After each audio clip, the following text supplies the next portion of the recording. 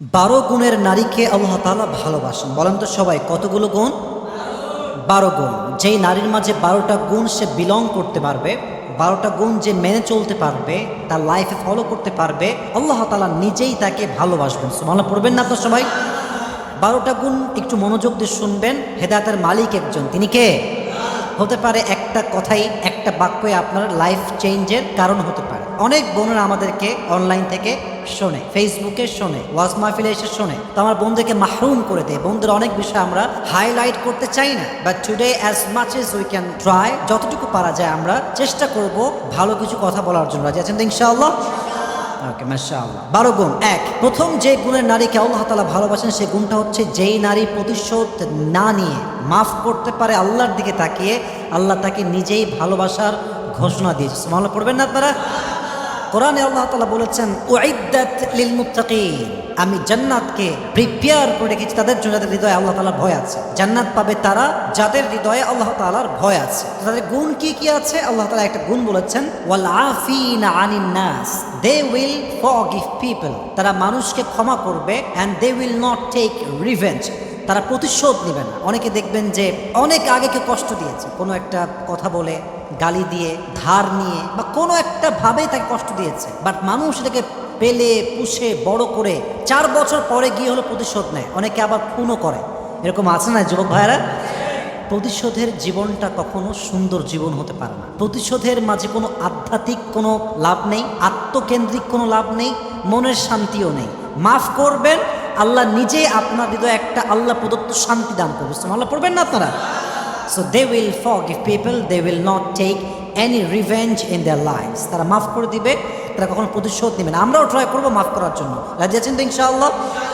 একবার ভাবুন যে সেই নারী কতটা উত্তম নারী, যে নারীকে কোনো মানুষ ধোঁকা দিয়েছে, কষ্ট দিয়েছে, তার সতীত্বে আঘাত করেছে, তার চরিত্র নষ্ট করে তার জীবনের সমস্ত সুখকে কেড়ে নিয়েছে, বাট সেই নারী জাস্ট প্রতিশোধ না নিয়ে আল্লাহর দিকে তাকিয়ে মাফ করে দিয়ে নতুন জীবন শুরু করেছে।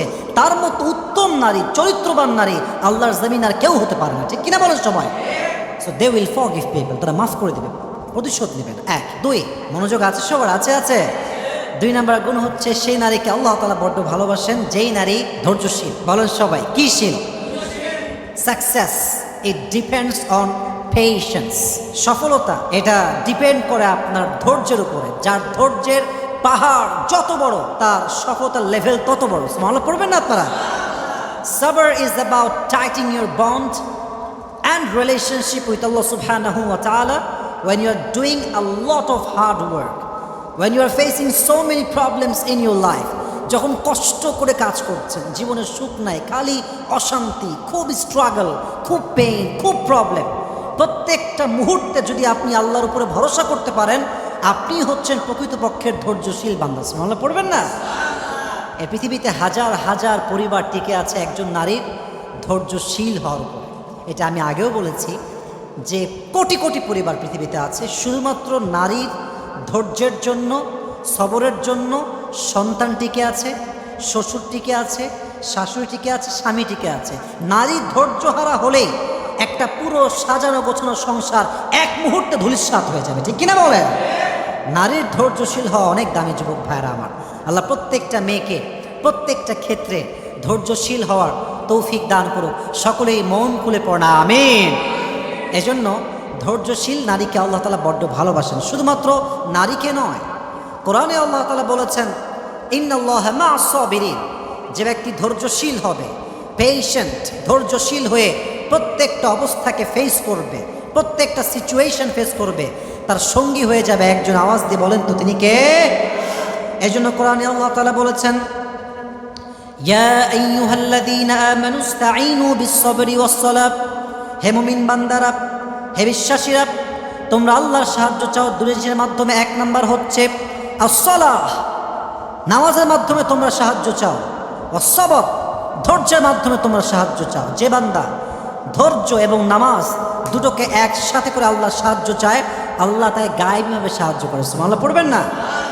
Seek the help with patience and salah and definitely Allah will help you very soon. ধৈর্য এবং নামাজ নিয়ে আল্লাহর কাছে দোয়া করলে আল্লাহ বান্দাকে কখনো ফিরায় দেয় না। সুবহানাল্লাহ পড়েন সবাই আপনারা? অতএব ধৈর্য হচ্ছে আমাদের জীবনের সবচেয়ে দামি একটা জিনিস। তবে আমি জাস্ট ছোট্ট একটা বিষয় বুঝাই, ধৈর্য মানেই যে জাস্ট ধৈর্য, ইটস নট লাইক দ্যাট। সাবর means patience. It includes aspects of being self-disciplined, remaining spiritually steadfast, and especially showing fortitude when faced with adversity or setbacks.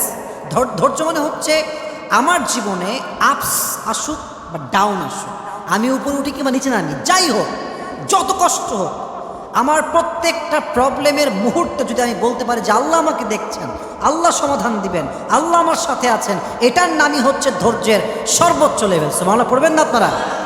আধ্যাত্মিকভাবে শক্ত হতে হবে এবং যে কোনো কষ্টে, দুঃখে, বিপদে নিজেকে দৃঢ়তার সাথে শক্ত রেখে, মজবুত রেখে ওইটাকে ফেস করার নামই হচ্ছে ধৈর্য। সুবহানাল্লাহ পড়েন সবাই আপনারা। আমরা ট্রাই করব আমরা প্রত্যেকে ধৈর্যশীল হওয়ার জন্য, আমাদেরকে তৌফিক দান করুক, সকলেই মন খুলে পড়া আমিন। 3 নাম্বার, ওই নারীকে আল্লাহ তাআলা বড্ড ভালোবাসেন যে নারী অন্যায় করে, জুলুম করে ফেলে, আবার সঙ্গে সঙ্গে মাফ চেয়ে ফেলে।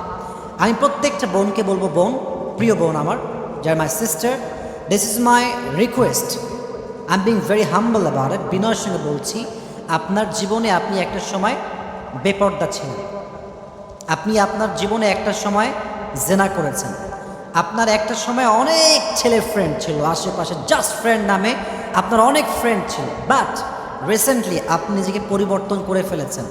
কেমনে? জাস্ট নিয়ে যে আমি আর এগুলো করবো না, না, এটা করলে হবে না, আপনাকে তওবা করতে হবে। তওবাটা কেমনে করবেন? তওবার মূল সিস্টেমটা হচ্ছে, just listen to me with full concentration, what is the mechanism of তওবা, what is the real system of তওবা। তওবা করবেন কেমনে? How to do it? করবেন এমন করে যে আল্লাহ তাআলা, তোমার কাছে আমি তওবা করছি, whatever I have committed in my past, I will never ever repeat it again in my life. আল্লাহ, আমি যা করেছি আমার অতীতে, এটা আমি নিয়ত করলাম যে আমি জীবনেও কখনো আমার এই গুনাহগুলোকে আর কখনো করব না। বান্দা দোয়া করার সাথে সাথেই, তওবার সাথে সাথেই বান্দার সমস্ত গুনাহ আল্লাহ তাআলা মাফ করে দেয়। সুবহানাল্লাহ পড়বেন না আপনারা সবাই? অতএব বোঝা গেল তওবাকারী নারীকে ভালোবাসে একজন। আওয়াজ দিয়ে বলেন তো তিনি কে? আল্লাহ প্রত্যেকটা মা বোনকে খারাপ জীবন থেকে ফিরে এসে তওবা করার তৌফিক দান করুন, সকলে পড়া আমিন। 4 নাম্বার, পবিত্র নারীকে আল্লাহ তাআলা ভালোবাসেন। এটার ছোট্ট একটা ব্যাখ্যা দিব, বাট এই ব্যাখ্যা শুনে কেউ লজ্জা পাবেন না। ব্যাখ্যাটা হচ্ছে এরকম, অনেক মেয়ে দেখবেন হাজব্যান্ড ওয়াইফের, মনে করেন যে যেটা ইসলামিক পরিভাষা আমরা বলি জেমা হয়েছে, আই মিন সহবাস হয়েছে। তো এই সেক্সুয়াল রিলেশনশিপের পরে এই কাঙ্ক্ষিত যে আমাদের যৌবনের চাহিদা, এটা পূরণ করার পরে কিন্তু কী হয়ে যায় জানেন? গোসল ফরজ হয়ে যায়। গোসলটা কী হয়ে যায় যুবক ভাইয়েরা? ফরজ হয়ে যায়। তো অনেক মেয়ে আছে দেখবেন ফরজ হওয়ার পরেও গোসল করানো, ওভাবেই ঘুমিয়ে যায়, ওভাবেই থেকে যায়। তো এইটা ঠিক না, কারণ আপনি যে অপবিত্র অবস্থায় আছেন, আমাদের মৃত্যু কখন আসবে এটাকে আমরা কেউ জানি? বলেন, জানি? কেউ আমরা জানি না। অতএব কী করবেন? প্রত্যেকটা অবস্থায় অজু করে থাকবেন, আর যখন গোসল ফরজ হয়ে যাবে গোসল করবেন। আমার প্রত্যেকটা বোনকে এই কথাগুলো বোঝার তৌফিক দান করুন, সকলে পড়া আমিন। 5 নাম্বার, সেই নারীকে আল্লাহ তাআলা বড্ড ভালোবাসেন যে নারী গীবত করতে পছন্দ করে না। মেয়েদের মাঝে কমন একটা রোগের নাম হচ্ছে গীবত, খালি গীবত করা, অমুকের ওই দোষ, তমুকের সেই সমস্যা। দেখবেন মেয়েরা একসঙ্গে হইলে গীবত না করলে থাকতেই পারে না, ঠিক কিনা বলেন যুবক ভাইরা? তবে সব মেয়েকে আমি এক পাল্লায় মাপছি না। এক রাজা বলেছে তার রাজ্যে যে আমাকে যে সবচাইতে হাসিদায়ক, আই মিন হাস্যকর মিথ্যা কথা বলবে তাকে আমি পুরস্কার দেব। হাস্যকর মিথ্যা, যেটা খুব হাস্যকর হবে এবং অনেক বড় একটা মিথ্যা হবে। তো অনেকে অনেক কথা বলেছে, অনেক বড় বড় মিথ্যা, অনেক বড় বড় হাস্যকর মিথ্যা, কারোটাই পছন্দ হয় না। তো একজন যুবক অনেক পরে আসছে, অনেক শেষে গিয়ে আসছে, সে বলছে, মহারাজ আমি আপনাকে একটি হাস্যকর মিথ্যা কথা বলবো, এটা শুনে আপনি অবশ্যই আমাকে পুরস্কার দেবেন। বলছে বলো। বলছে আমি একদিন একটা এলাকায় গেলাম, এলাকায় গিয়ে দেখলাম যে 5-6 জন মেয়ে একসঙ্গে বসে আছে এবং সকলে চুপচাপ বসে আছে। এটা শুনে মহারাজ বলছে, দাও, সমস্ত পুরস্কার তাকে দিয়ে দাও। তো পুরস্কার দেওয়া বসে বলছে, মহারাজ তাকে আপনি পুরস্কার দিলেন কেন? বলছে 5-6 জন নারী একসঙ্গে বসে থাকবে আর তারা কোনো গীবত না করে চুপচাপ থাকবে, এটা কোশ্চিন কালেও হতে পারে না, ঠিক কিনা বলেন? মেয়েরা একসঙ্গে বসলেই অমুকের স্বামী খারাপ, অমুকের ওই বেড়া খারাপ, এই বেড়ি খারাপ, এর এই সমস্যা, তার ওই সমস্যা, গিবতের শেষ নাই। এই জন্য প্রিয় বোন আমার, আমি বলছি না যে আপনি গিবত করেন, but most of the people they have this kind of bad quality, they have this bad habit. আল্লাহ আমাদের সবাইকে এই বাজে গুণ থেকে হেফাজত করুন, সকলের পড়া আমিন। অতএব গিবত করা যাবে। তাহলে আমরা গুণ জানলাম কয়টা? বলেন সবাই, কয়টা ছিল মোট? কয়টা? এখন বাকি আছে মোট কয়টা?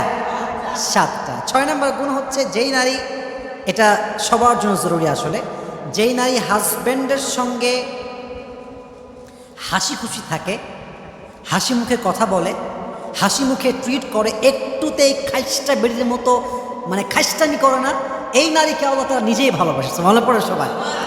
আমি জাস্ট আমাদের বাঙালিদের মতো কথা বলছি, একজন আমাদের বুঝে আসে ভালো করে। দেখবেন অনেক মেয়ে খিটমিটে টাইপের, খাইস্টা, ওর মুখে আমাকে লবণ মাখা আছে, কোনো হাসি নাই, একটুতে খাইস্টামি করে। আর স্বামী বেচারা না মারতে পারে, না বাঁচতে পারে, না মরতে পারে, ও 2 নৌকার মাঝি হয়ে যায়, 2 নৌকার মাঝখানে পা থাকে। অতএব বোঝা গেল যে স্বামীর সঙ্গে খারাপ ব্যবহার করে তাকে আল্লাহ ভালোবাসতে পারে না, ঠিক কিনা বলেন? তবে আমার যে বোনদের বিয়ে হয়েছে, আমি বলবো, দেখেন, এটা আমার রিকোয়েস্ট আপনার কাছে, যে মেয়েরা বিবাহিতা, সবার কাছে আমার আবদার, যদি আপনার স্বামীর সাথে আপনার রাগারাগি হয়, আপনি রাগটা ঝাড়েন, আপনি অভিমানটা প্রকাশ করেন, আপনি বকাঝকা করেন, পারে যেটা কিল ঘুষিও মারেন, সমস্যা নাই, ভালোবাসার কিল ঘুষি। তবে আপনার স্বামীর সঙ্গে রাগারাগি হয়েছে বিধায় এক্স বয়ফ্রেন্ড, যার সঙ্গে আগের রিলেশনশিপ ছিল, মেসেজ দিলেন, জান তোমাকে আমি বিয়ে না করে অনেক ভুল করেছি, তুমি আমার জন্য পারফেক্ট ছিলে, এটা শুধুমাত্র চরিত্রহীন নারী করতে পারে, ঠিক কিনা বলেন? এখন যেইটা আছে এই ব্যাটারে ভালো লাগে না, তাই না? ফাইজলামি এটা করবেন না বোন। যা আছে স্বামীর উপরেই ঝাড়েন, যা বলতে মন চায় স্বামীকেই বলেন।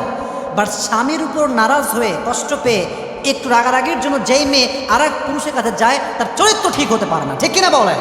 আল্লাহ সেই মেয়েদেরকে বোঝার তৌফিক দান করুক। সকলে আমরা মন খুলে পড়ি আমিন।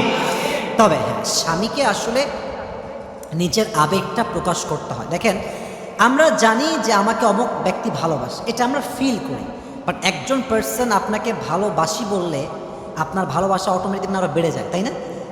ভালোবাসে, আমি জানি যে আমাকে সে পছন্দ করে, ভালোবাসে, বাট যখন সে আমার সামনে এসে বলে যে আমি আপনাকে ভালোবাসি, এই জন্য বাসি, আজীবন ভালোবাসতে চাই, এই যে কথাগুলো, এটা আপনার ভেতরে মায়া মমতা আরও বেশি বাড়ায়। তো আমার বন্ধুকে বলবো, বোনেরা আমার প্লিজ ফেসবুকে বাজে কাজ না করে, টিকটকে টিকটক না বানিয়ে, স্বামীর কাছে নিজের ইমোশনটাকে এক্সপ্রেস করেন। আপনার স্বামীর হৃদয়ে আপনার জন্য ভালোবাসা ঢুকাই দিবে একজন, আওয়াজ দিয়ে বলেন তো তিনি কে? স্বামী খুশি তো আল্লাহ তাআলা খুশি। আমি একটু বাক্যটাকে মুখস্থ করাই সবার কাছে, আমি বলবো, আপনারা বলবেন, তারপরে আমি আগে শেষ করি। স্বামী খুশি তো আল্লাহ তাআলা খুশি, স্বামী নারাজ তো আল্লাহ তাআলা নারাজ। বলেন সবাই, স্বামী খুশি তো, স্বামী নারাজ তো আল্লাহ। প্রত্যেকটা বোনকে কথাগুলো বোঝার তৌফিক দান করুক, সকলেই মন খুলে পড়া আমিন। 7, সেই নারীকে আল্লাহ তাআলা বড্ড ভালোবাসেন যেই নারী নিজের চোখের হেফাজত করে। চোখের হেফাজত পুরুষের জন্য নয়, নারীর জন্য চোখের হেফাজত। মাঝে মাঝে দেখবেন যে রাস্তায় যাচ্ছেন, চোখ পড়ে গেছে এক মেয়ের দিকে, দেখবেন সেও তাকায় আছে, এটা ঠিক না। নারীদেরও যেমন চোখ হেফাজত করতে হবে, আমাদেরও হেফাজত করতে হবে, কারণ আমাদেরও যেমন অ্যাট্রাকশন আছে, নারীর মাঝেও অ্যাট্রাকশন, আকর্ষণ যুবক ভাইরা আছে না নাই? যে নারী স্বামীর দিকে শুধু তাকায়, অন্য পুরুষদের চোখ হেফাজত করে, তাকে আল্লাহ তাআলা নিজেই ভালোবাসে। সুবহানাল্লাহ পড়ুন সবাই। 8, সেই নারীকে আল্লাহ তাআলা ভালোবাসেন যে নারী বাইরে বের হওয়ার সময় পারফিউম ইউজ করে না। যুবক ভাইরা, অনেক মেয়ে দেখবেন এমনভাবে পারফিউমের ঘ্রাণ ইউজ করে, অটোতে বসবেন, মনে হবে যে ইয়ার ইয়ে মে কাঁ, কোথায় আসলাম, কোন জগতে, এটা কি পারফিউম ওয়ার্ল্ড না, পারফিউমের ওয়ার্ল্ড নাকি অটো রিক্সা, বোঝা মুশকিল হয়ে যায়। আল্লাহ প্রত্যেকটা মেয়েকে এই পারফিউমের ফিতনা থেকে হেফাজত করুন, সকলে পড়া আমিন। হাদিসে আসছে, এটা বড় মারাত্মক হাদিস, এটা বড়ই মারাত্মক হাদিস, যে যেই নারী, এদিকে থাকেন, যেই নারী বাহিরে পারফিউম ইউজ করে বের হয়, যেই পরপুরুষ তার গায়ের ঘ্রাণ পায়, প্রত্যেকটা পরপুরুষের সঙ্গে জেনা করার গুনাহ তার আমল নামায় লেখা হয়। নাউজুবিল্লাহ পড়বেন না আপনারা? আল্লাহ প্রত্যেকটা মেয়েকে এটার থেকে হেফাজত করুন, সকলে পড়া আমিন। Definitely you have the right to use this kind of perfume, okay use করেন, বাট এটা পরপুরুষের জন্য না, এটা স্বামীর জন্য হবে, ঠিক কিনা বলেন? এবার আসুন 9 নাম্বার, যেই মেয়ে স্বামীর বাধ্য, who obeys her husband, Allah subhanahu wa ta'ala loves her so much, যে ব্যক্তি, যেই মেয়ে স্বামীর আনুগত্যশীল, স্বামীর কথা শোনে, তাকে আল্লাহ তাআলা নিজেই ভালোবাসে। সুবহানাল্লাহ পড়বেন না আপনারা? দেখেন, স্বামীর আনুগত্য হচ্ছে, স্বামী যদি আপনাকে ইসলামের পথে চালায়, তবে স্বামী বলছে তুমি মূর্তি পূজা করো, তুমি শিরিক করো, তুমি অমুক কাজ করছো, যেটা আউট অফ ইসলাম, বেপর্দা চলো, রূপ দেখাও, টিকটক করো, এই কথা বললে স্বামীকে আনুগত্য করা জরুরি নয়। ঠিক কিনা বলেন যুবক ভাইরা আপনারা?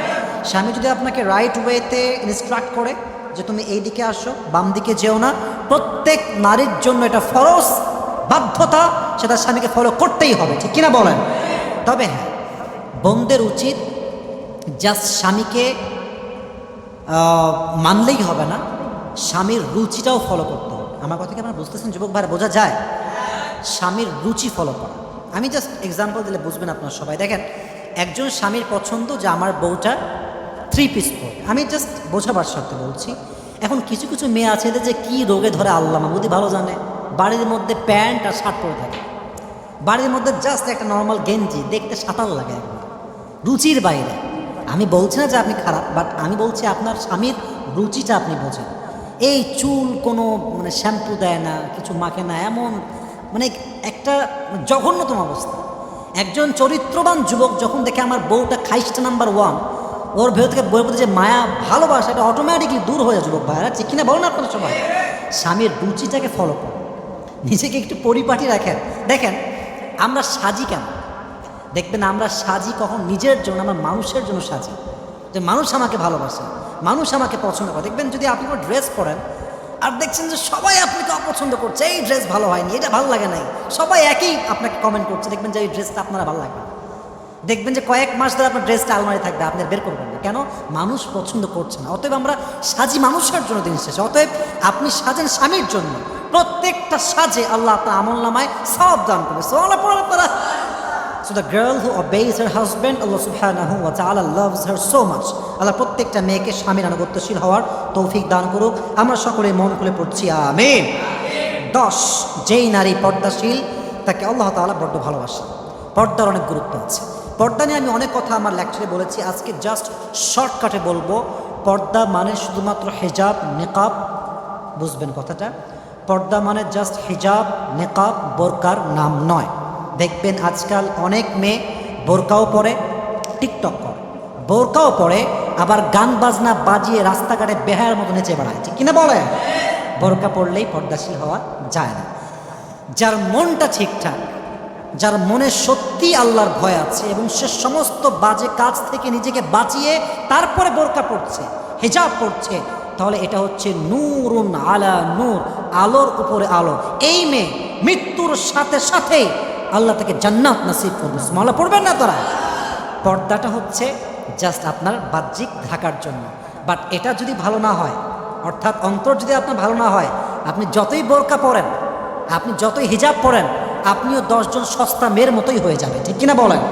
আল্লাহ প্রত্যেকটা মা বোনকে পর্দাশীল হওয়ার তৌফিক দান করুন। সকলেই মন খুলে পড়া আমিন।